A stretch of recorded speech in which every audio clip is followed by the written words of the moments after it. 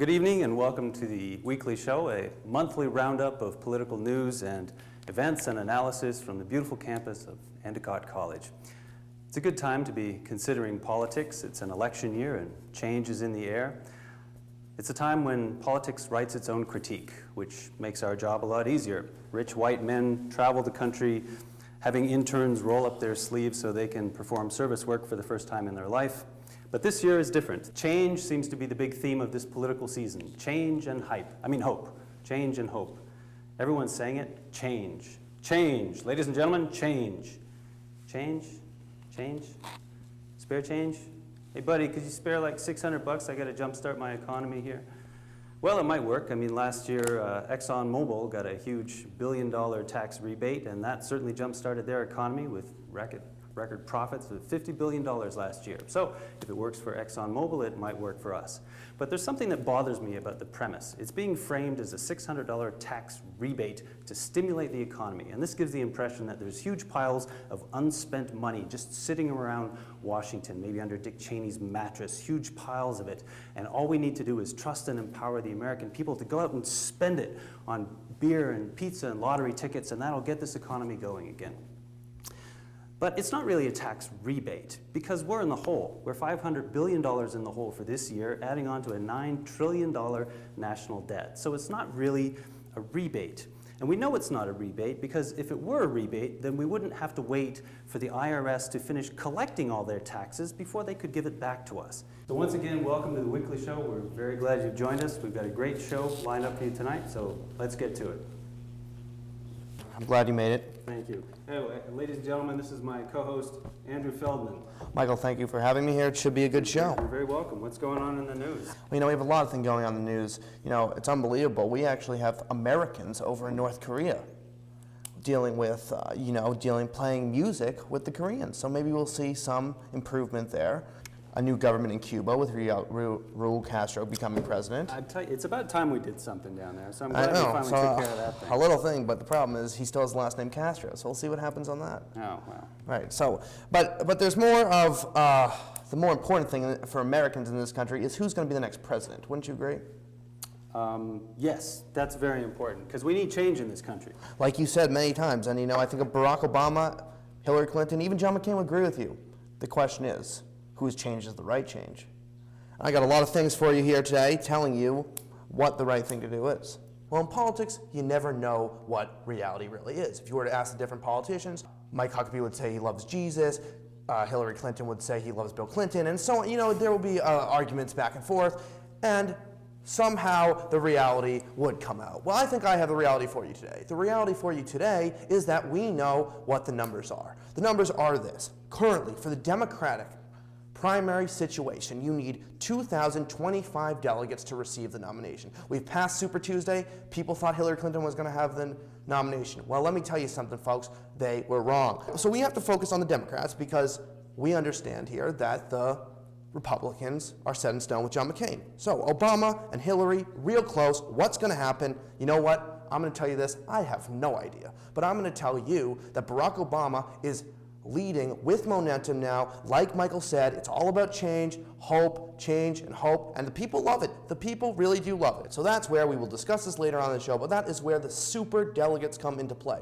Super delegates are people that have high authority in voting, such as congressmen, senators, people of the Democratic National Committee. They get a vote, and those votes get to eventually decide who will receive the nomination. But these super delegates are not set in stone. So if you like Obama, you can switch to like Hillary. If you like Hillary, you like Obama. So I think and believe the superdelegates will go eventually to whoever has the most momentum. And another final thing is we've had arguments, debates. Is John McCain really conservative? Well, he says he is. His wife says he is. Rudy Giuliani says he is. Arnold Schwarzenegger. But what about the rest of the party? Well, I think they eventually will come around. You see the first Bush, the second Bush, and plenty of other people have supported him. So I think once they see that in order to win the presidency, they need to unite, they will unite, and We'll see what happens. But that's it for now. This is Reality with Andrew Feldman. I'm just sick and tired of hearing things from uptight, short-sighted, narrow-minded hypocrites, and I really needed that dose of reality from Andrew Feldman. And it's a very interesting race in the Democrats, too. The momentum, Hillary's got momentum, Obama's got momentum, but of course the tree falling in a forest also has momentum. So we'll see where that lands.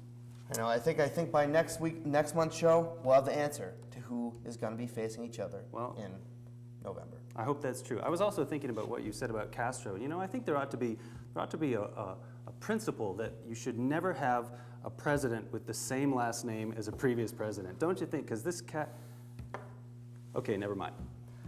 Because we here at the Weekly Show strive to avoid even the appearance of a lack of impropriety, and because we believe that all men are created equal and endowed by their Creator with certain inalienable rights, including the right to make a fool of yourself on YouTube regurgitating the platitudes and bloviary of the vast right-wing conspiracy, we'd like to offer a token gesture of fairness and balance to our resident paleo-conservative nutjob, Mark Rossetti.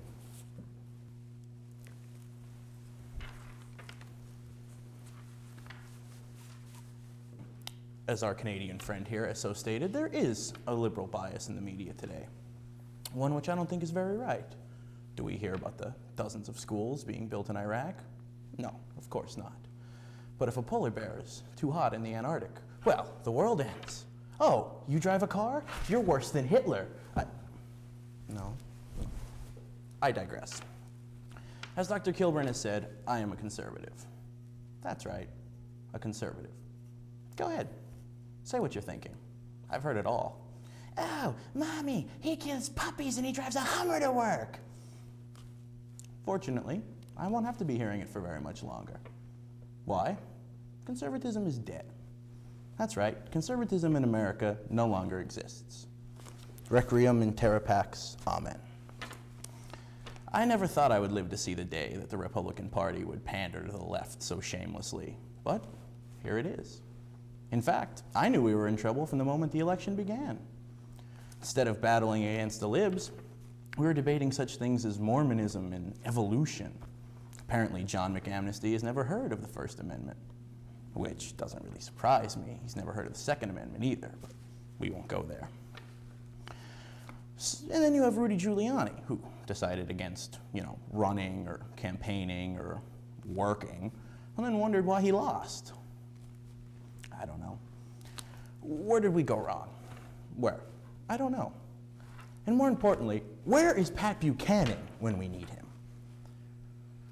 I don't have answers to these questions, but I do know two things. Number one, Ronald Reagan is spinning in his grave right now. If you listen very closely, you could hear him turning over. And number two, when Ann Coulter turns on us, then you know we have serious, serious problems. But the sad part, and it kills me to say this, is she's right. If you stack up Hillary Clinton and John McAmnesty next to each other, Hillary's more conservative on a number of issues. But does that make Ann's position of endorsing Hillary correct? Well, I don't know about that. But what I do know is that I won't be voting this year. Crying, yes, probably. But voting, no. Thank you, Mark. And as Voltaire once said, I may not agree with what you have to say. Polar bears in Antarctica.